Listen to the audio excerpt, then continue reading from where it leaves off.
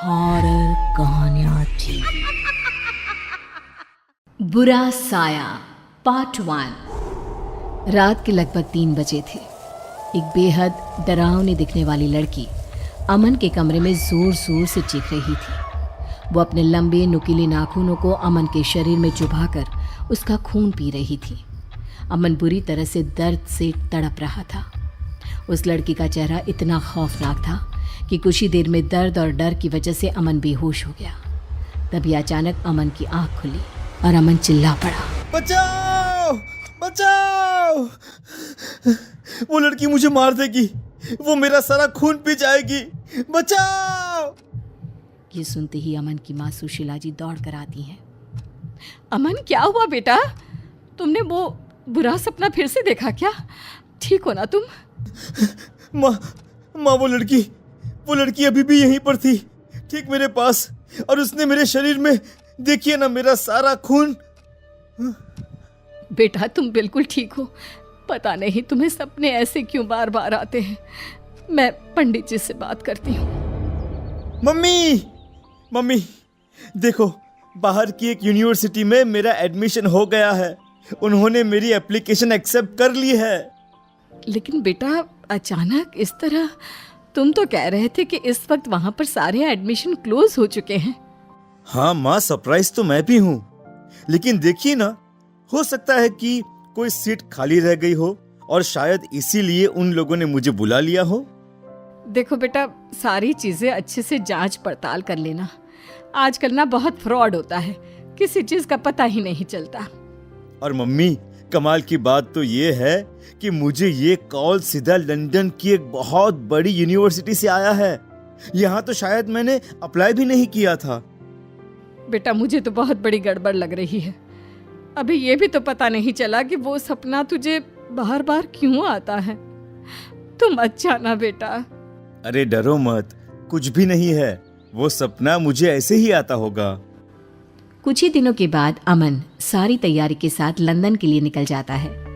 London पहुंचने के बाद तो जैसे अमन की जिंदगी बेहद खूबसूरत हो गई थी। वहां की लाइफ में जाकर अमन बहुत खुश था। जैसे ही वो अपने हॉस्टल के कमरे में पहुंचा, उसने अपने आप से कहा, हाँ, मम्मी पापा की फोटो यहाँ टेबल पर लगा देता हूँ, और ये मम्मी के हाथ के बने लड्डू, इनका तो क्या कहना। यहाँ विदेश में सब कुछ है, बस मम्मी के हाथ के खाने की बहुत याद आएगी। रात हो गई थी और अमन अपने बिस्तर पर जाकर सो गया। आधी रात के बाद अमन को किसी के गाना गाने की आवाज सुनाई दी।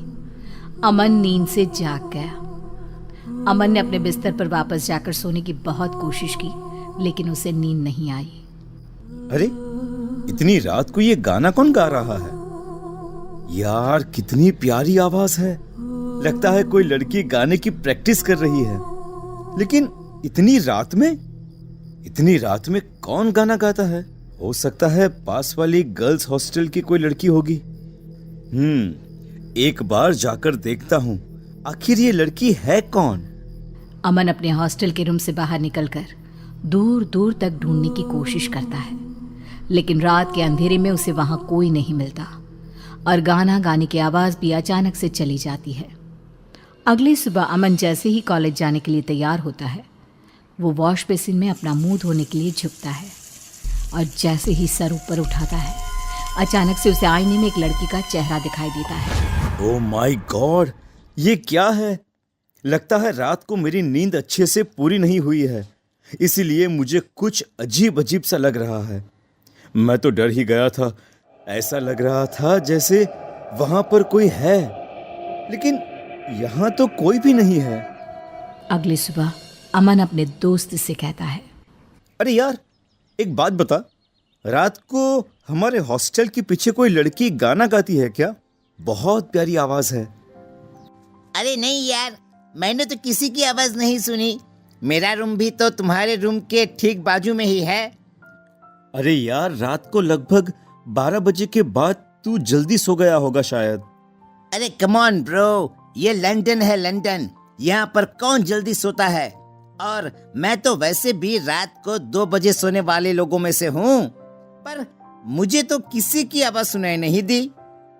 जरूर तूने अपने कानों में ईयरफोन लगा के रखे होंगे। म्यूजिक सुनने का बहुत शौक है ना तुझे, इसलिए बाहर की आवाज कैसे सुनाई देगी?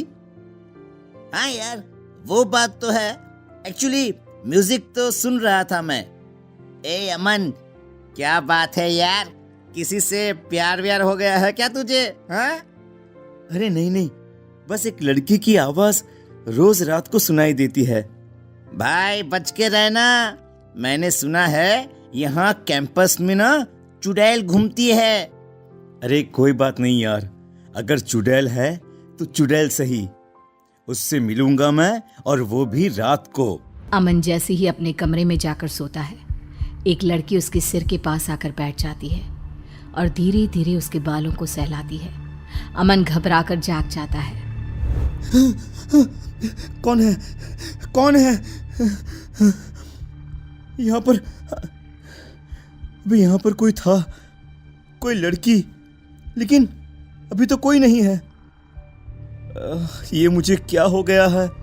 लगता है कुछ दिनों से मैं अपनी फैमिली को ज्यादा ही मिस कर रहा हूँ, या फिर उस लड़की के बारे में ज्यादा सोच रहा हूँ। मुझे बार बार ऐसा क्यों लगता है जैसे यहाँ मेरे आसपास कोई और भी है। अमन थोड़ा सा परेशान हो जाता है। अगले दिन जब वो कॉलेज जाता है तो अचानक से एक लड़की अमन के पीछे से आकर उससे बात करती है। हेलो, आप इंडिया से आए हैं ना? आपका नाम अमन है ना? ओह माय गॉड, ये लड़की कितनी खूबसूरत है। मैंने अपनी लाइफ में आज तक इतनी सुंदर लड़की कभी नहीं देखी। क्या हुआ? मैं आपसे बात कर रही हूँ, आपने मेरी बात का जवाब नहीं दिया। आप इंडिया से हैं ना? जी हाँ, अब ठीक पहचाना आपने, मैं इंडिया से ही हूँ। और आप कौन? मैं यहाँ पास वाले कॉलेज में म्यूजिक स्टूडेंट हूँ और मुझे गाना गाने का बहुत शौक है। तो क्या रात के वक्त कैंपस के बाहर आप ही गाना गाती हैं? हाँ, आपने सुना? एक्चुअली ना, मुझे रात की खामोशी में गाना गाना बहुत अच्छा लगता है। जी हाँ, और कितने दिनों से आपकी आवाज सुनकर आपको ढूंढने की कोशिश कर रहा था, लेकिन जैसे ही बाहर आता हूँ आप गायब हो जाती हैं। चलिए ठीक है, हम दोस्त बन जाते हैं, उसके बाद मैं कभी गायब नहीं होंगी। अमन और निमिषा की दोस्ती हो जाती है। और फिर एक दिन, निमिषा, कितने महीने हो गए हमें एक दूसरे के साथ। मैं तुम्हें कहना चाहता था कि तुम मुझे बहुत अच्छी लगती हो। I love you Nimisha. I love you too Aman, मैं भी तुमसे बहुत प्यार करने लगी हूँ। अच्छा सुनो, इसी खुशी में आज शाम को मैं तुम्हें अपनी फेवरेट जगह लेकर चलूंगी। ठीक है मैडम, अब तो आप जहां लेकर चलेंगे मुझे चलना ही पड़ेगा ना। निमिषा अमन को एक बहुत अजीब और डरावनी जगह पर लेकर जाती है। ये कैसी जगह है? ये तो कहाँ लेकर आई हो तुम मुझे? जानते हो, ये जगह मुझे बहुत पसंद है। देखो ना, यहाँ की राख जैसी काली जमीन, जले हुए पेड़ और ये सन्नाटा कितना खूबसूरत है। लेकिन मुझे यहाँ पर डर लग रहा है। डर की क्या बात है, मैं तुम्हारे साथ हूँ ना। अच्छा सुनो, तुम्हें मेरा गाना पसंद है ना? मैं तुम्हें वो गाना सुनाती हूँ। निमिषा अचानक से अपना चेहरा दूसरी तरफ करके गाना गाना शुरू कर देती है। वाह, कितना अच्छा गाती हो यार तुम। I love your voice. गाते गाते अचानक से निशा की आवाज तेज हो जाती है और तेज होते होते उसकी आवाज एकदम डरावनी। ये देखकर अमन बुरी तरह से डर जाता है। निमिषा, क्या हुआ है? क्या हुआ है तुम्हें? ये क्या मजाक है कि तुम किस तरह से गाना गा रही हो? तुम ठीक तो हो ना निमिषा? चुप हो जाओ, अगर तुमने एक शब्द और कहा तो तुम्हारा खून पी जाऊंगी। चुप हो जाओ। निमिषा ने जैसे ही पलट कर देखा, अमन के होश उड़ गए। निमिषा डरावनी चुड़ैल का रूप ले चुकी थी। उसका चेहरा पूरी तरह से जला हुआ था, उसकी आंखों से खून टपक रहा था। उसके लंबे नुकीले दांत अमन का शिकार करने के लिए बेचैन हो रहे थे। कौन हो तुम? और क्या चाहती हो मुझसे? तुम्हारी मौत। तुम तो वही हो जिसे मैंने हॉस्टल के आईने में देखा था। तुम्हारे चेहरे को मैं पहले भी अपने सपने में देख चुका हूँ। इसमें कौन सी बड़ी बात है? तुम तो मेरा शिकार कब से ही बन गए थे मिस्टर अमन। और अब तुम्हें मुझसे कोई नहीं बचा सकता। छोड़ दो मुझे। क्यों मारना चाहती हो तुम मुझे? मैंने तुम्हारा क्या बिगाड़ा है? मुझे तुम जैसे यंग लड़कों का खून पीने में बहुत मजा आता है।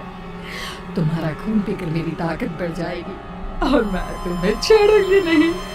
वो लड़की निमिषा अमन को मार देती है। अगले दिन शाम के वक्त इंडिया में अमन के घर एक फोन आता है।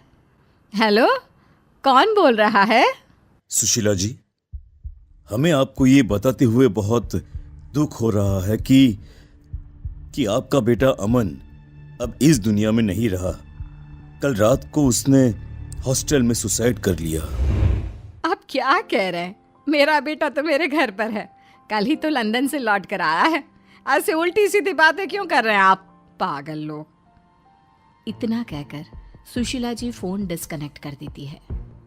सच क्या था? क्या जो घर पर था वो सच में अमन था या कोई और? क्या अमन मर चुका था? जानने के लिए देखिए इस कहानी का अगला भाग।